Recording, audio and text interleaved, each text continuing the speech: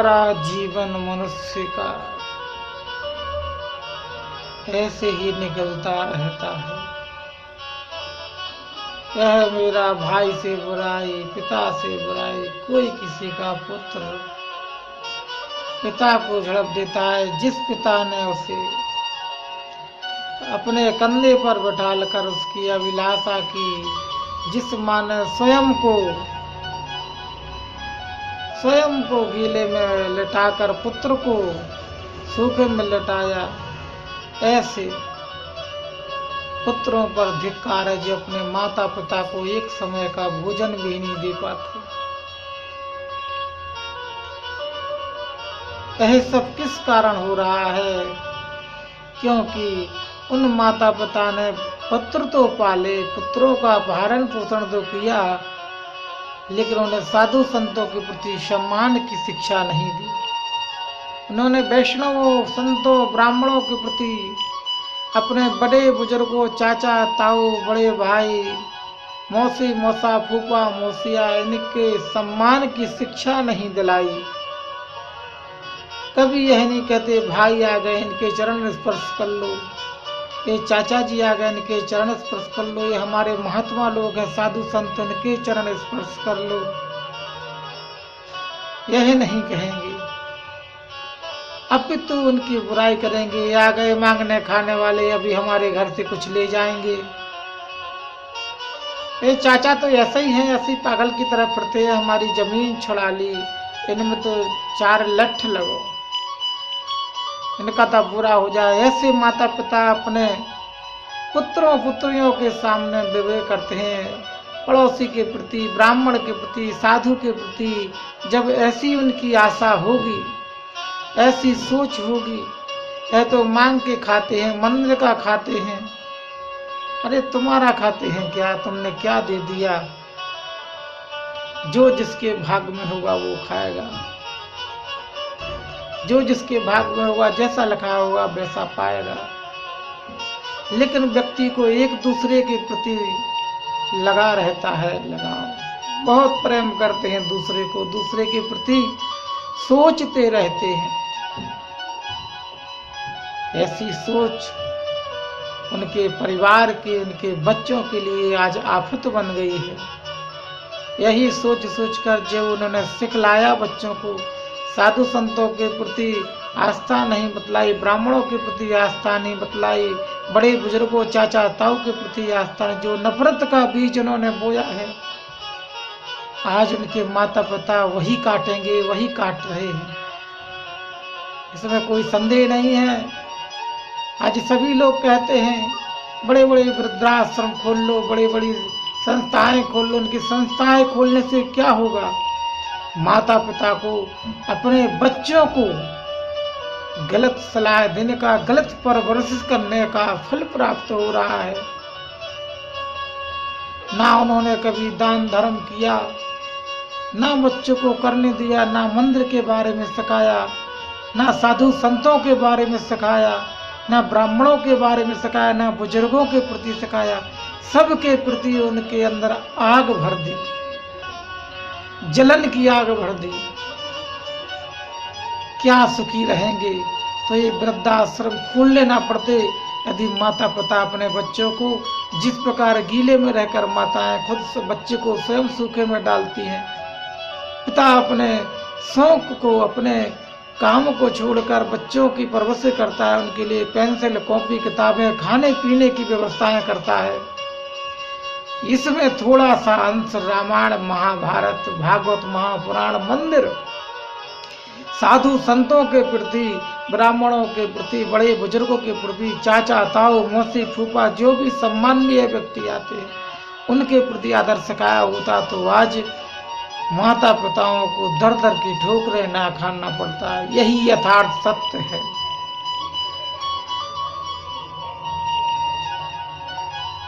बालक परिचित के जन्म पर रजिस्टर की प्रसन्नता एवं धृतराष्ट्र गांधारी के वनगमन जैसे पांडु पुत्र थे मां कुंती के, वैसे ही राजा परिचित हुए और वैसे ही जन्मजय हुए। टिट फॉर टैट, जैसे को तैसा मिलना ही एक स्वभाव है। जैसा व्यक्ति बोएगा वैसा ही काटेगा। बीज बोए बबूल के और आम कहाँ से पाए, ये यथार्थ सत्य है। इसलिए आज भी समझ जाओ, अपने बच्चों को साधु संतों के प्रति अच्छी सलाह दो। साधु हमारे गांव का हो, हमारे घर का हो, हमारे बगल का हो। साधु साधु है, ब्राह्मण ब्राह्मण है, मंदिर मंदिर है। किसी भी मंदिर, इस मंदिर के प्रति अच्छी आस्था, उस मंदिर के प्रति गलत आस्था ये मत रखें, क्योंकि मंदिर उसी देवता का है। एक ही देवता सभी पर राज्य करता है, वो एक ही आत्मा है। अपने बच्चों को जैसा देंगी, जैसा सिखाएंगी, आप वैसा ही प्राप्त करेंगे। यदि आपने ऐसा सिखाया तो आप अपने परिणाम को भोगने के लिए तैयार रहें। इसमें कोई ही वृद्धाश्रम कुछ नहीं कर सकेगा, कोई भी साधु संत महात्मा कुछ नहीं कर सकेगा। यह आपका स्वयं बीज बोया हुआ है, जिसे आप स्वयं काटें। कुछ लोग क्या करते हैं, कोई व्यक्ति निकल गया घर के बच्चों के सामने, देखो ये ऐसा निकल गया है, देखो वैसा निकल गया है, भीख मांगता है, ये कुछ नहीं करता है, घर में पड़ा रहता है। हमारे चाचा ऐसे हमारी जमीन दबा ली, हमारे आम के पेड़, इनका सत्यानाश हो जाए, इनके लड़के मर जाएं, ऐसी बद्दुआएं देते अपने बच्चों के सामने, इनका बुरा हो जाए, इनकी आंखें फूट जाएं। ऐसी बात करने से बच्चों पर जो असर पड़ता है वही आगे 17, 18, 20 साल बाद आपके साथ होने वाला है। जैसा सिखाएंगे वैसा करेंगे, जैसा मास्टर वैसा उसका विद्यार्थी। माता पिता एक ऐसे मास्टर हैं जो बच्चों को स्कूल से अधिक विद्या दे देते हैं, जीवन की विद्या। स्कूल की विद्या से तो व्यक्ति सिर्फ पढ़ता है, लिखता है, डॉक्टर बनता है, एक्टर बनता है, डायरेक्टर बनता है, लेकिन घर की विद्या से व्यक्ति जीवन के उच्च पद को प्राप्त करता है। बोलो बालकृष्ण लाल की जय। कुछ गलतियां हो तो क्षमा करना, किसी माता पिता को ठेस लगे मेरी बात से, लेकिन यथार्थ सत्य है, जैसा आप करेंगे वैसा आपको प्राप्त होगा। 13वें अध्याय में प्रवेश करते हैं। बालक परीक्षित के जन्म पर युधिष्ठिर को प्रसन्नता एवं धृतराष्ट्र व गांधारी को वनगमन।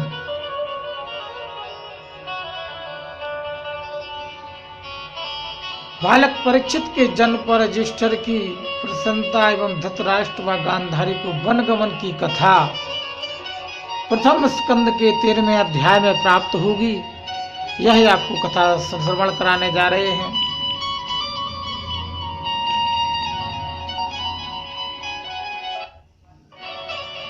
ऋषियों को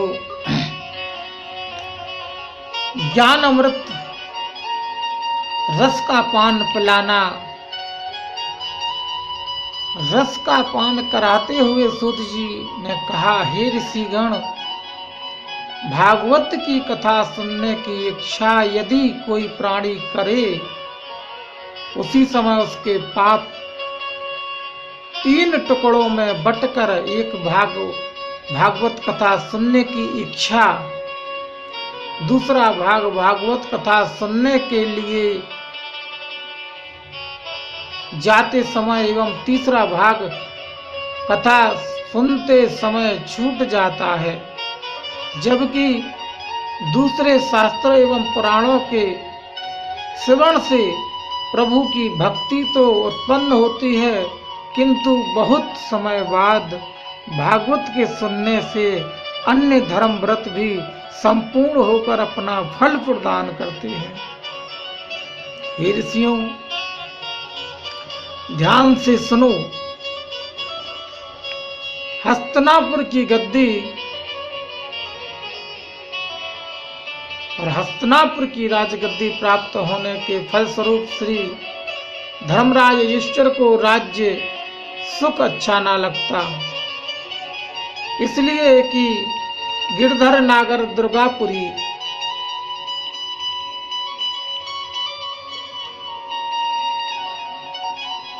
भगवान बालकृष्ण लाल द्वारकापुरी चले गए थे। वे दिन रात उन्हीं के चरणों का ध्यान करके राज्य कार्य करते थे। उधर उत्तरा के गर्भ का समय पूर्ण हुआ और परीक्षित का जन्म हुआ। बोले परीक्षित जी महाराज की जय। यह वह परीक्षित हैं जिनकी वजह से हम लोगों को श्रीमद् भागवत कथा श्रवण करने का अवसर प्रदान हो रहा है। प्रथम श्रोता राजा परीक्षित जी का जन्म हुआ। जन्म लेते ही आंखें खोलकर परीक्षित चारों तरफ देखने लगे कि जो स्वरूप मैंने माता के पेट में दूसरे बालक को देखा था वह स्वरूपधारी कहाँ है। परंतु उस भेद को किसी ने से नहीं जाना। परंतु जब पंडितों एवं ज्योतिषचारों को बुलाकर उसकी जन्म कुंडली बनाने को कहा तब ब्राह्मण विद्वान पंडितों ने अपने ज्ञान बल से जानकर यह जान लिया कि बालक तो पैदा होते ही आंखें खोलकर सबकी परीक्षा ले रहा है, इसलिए इस भाग्यवान बालक का नाम परीक्षित होगा। और युवा अवस्था में राज्य पद पाने के पश्चात अत्यंत धर्मात्मा, नीतिवान, बलवान एवं प्रजापालक राजा के रूप में यशस्वी होगा। इस बालक का नाम आगे चलकर जग में विख्यात होगा। बुद्धि में बृहस्पति, दानियों में महादेव शंकर, बल में परशुराम, धैर्य में हिमालय व तुम्हारी तरह सत्यभाषी होगा। अधर्मी, दुराचारी, कलयुग परीक्षित के हाथों दंडित होगा। यह बालक अपने प्रजा का पालन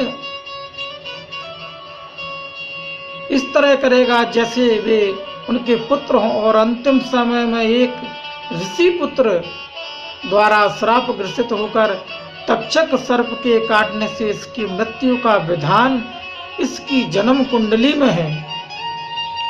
परीक्षित की मृत्यु संबंधित बात सुनकर धर्मराज को दासी ने आघेरा। मलिन होकर वे ज्योतियों से बोले, तुम सत्य वचन बोलो कि किसी ब्राह्मण के क्रोध से तो नहीं मरेगा। सांप के डसने से यदि इसकी मृत्यु का योग है तो यह बात हमारे कुल के लिए अच्छा है। युधिष्ठिर की वाणी सुनकर ज्योतिषी बोले, हे धर्मराज युधिष्ठिर, इस बालक ने उत्तम कुल में जन्म लिया है। हरि भक्त एवं ब्राह्मणों का सेवक होगा और अंत समय में प्रभु के श्री चरणों का ध्यान करते हुए पंच तत्व से निर्मित इस माया रूपी तन का त्याग करेगा। परीक्षित जैसा सूरवीर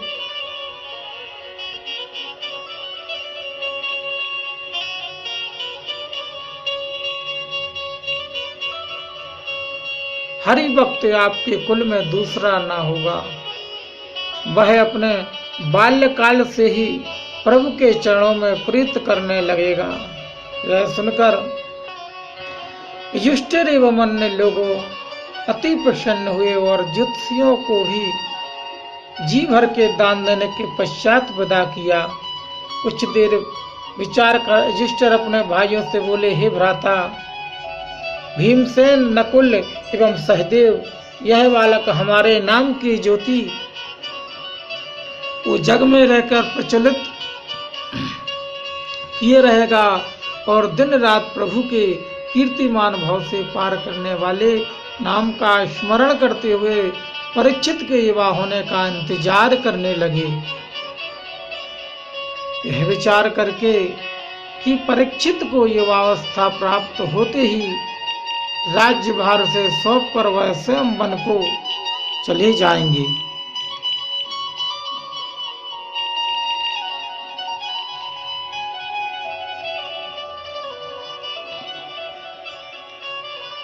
राज्य का काम करते हुए धर्मराज इस बात पर विशेष ध्यान रखते कि उनके चाचा धृतराष्ट्र एवं चाची गांधारी को किसी प्रकार का कष्ट न हो।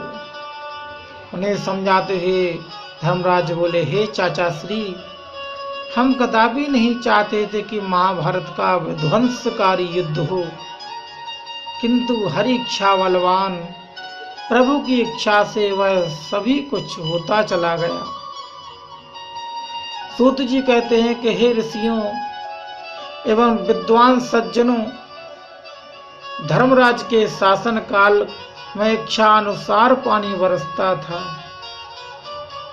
12 मास वृक्ष फलों एवं पुष्पों से लदे रहते थे। एक ही घाट पर शेर एवं बकरी एक साथ पानी पीते थे। छोटे एवं बड़ों का अलगाव न था।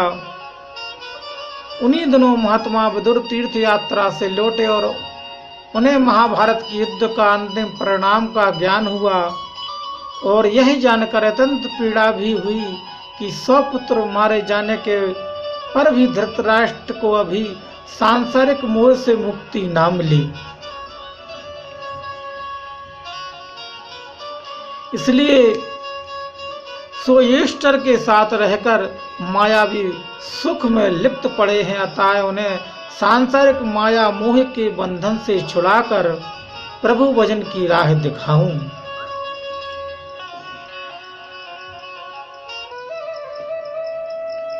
यह विचार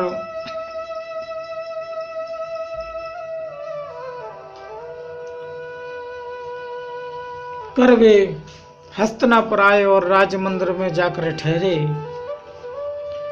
उनकी आगमन का समाचार सुनकर स्वयं राजा युधिष्ठिर वहां गए और हाथ जोड़कर विनम्र भाव से बोले, हे महात्मा विदुर, आपने हमारे कुल में जन्म लेकर हमारे कुल का सम्मान बढ़ाया है। आप जैसा हरिभक्त हमारे लिए वंदनीय है। यह करके धर्मराज युधिष्ठिर ने विदुर जी को प्रणाम किया। पुनः बोले, अत्यंत घोर संकट के समय आपने लाक्षागृह में के बारे में कौरवों के षड्यंत्र की जानकारी भेजकर हम 5 भाइयों के जीवन की रक्षा की। सुरंग से हमें उस लाहे से बने भवन से बाहर निकालने का प्रबंध किया। कहिए विदुर जी, आप किन किन तीर्थों का भ्रमण कराए? यदि प्रभास क्षेत्र में गए हो तो श्री कृष्ण जी का हाल सुनाइए। युधिष्ठिर के वचन सुनकर विदुर जी ने सारा वृत्तांत कह सुनाया, किंतु यदुवंशियों के मारे जाने और श्री कृष्ण जी के अंतर्ध्यान होने की कथा को जानकर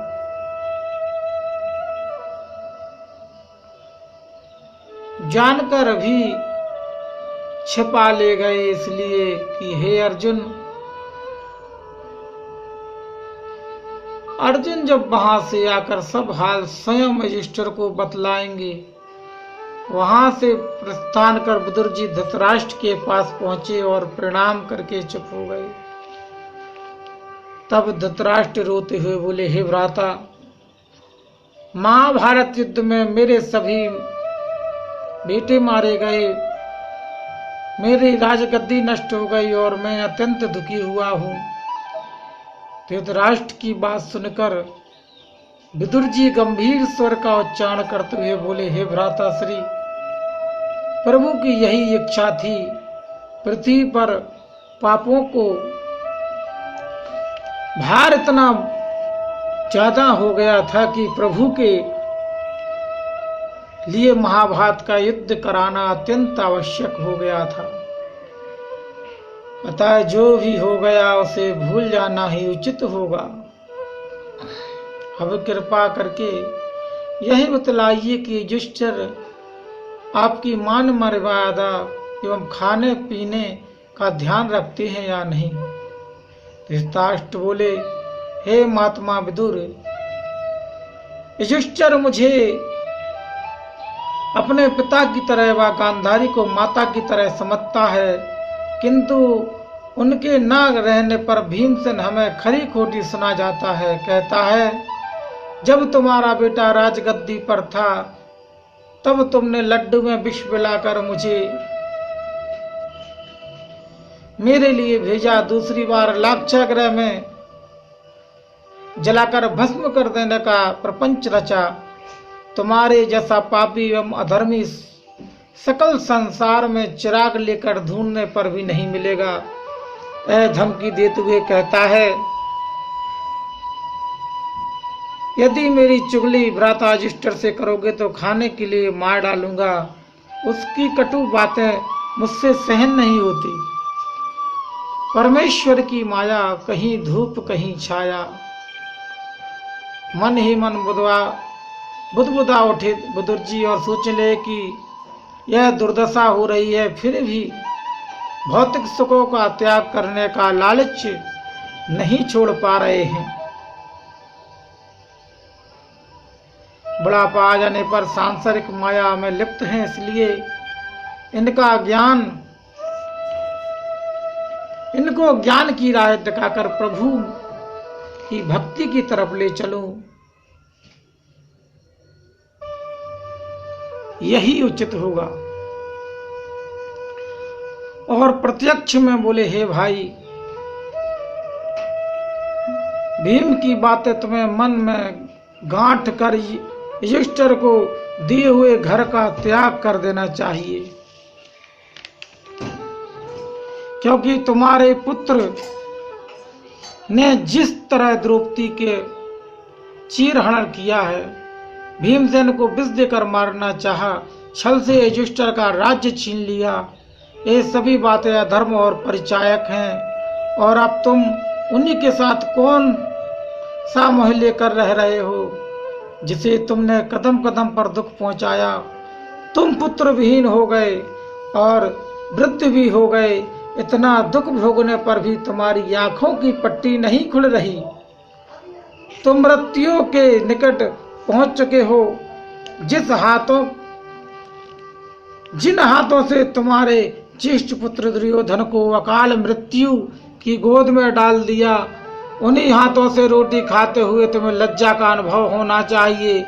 जैसे लाठी मारने से कुत्ता दूर भाग जाता है, किंतु रोटी का टुकड़ा दिखाने पर आपकी सारी पीड़ा भूलकर दुम हिलाता हुआ वापस आकर रोटी के टुकड़े को खा लेता है, ठीक वही गति तुम्हारी है। अब भी तुम्हारे मन में जीने की इच्छा बनी हुई है।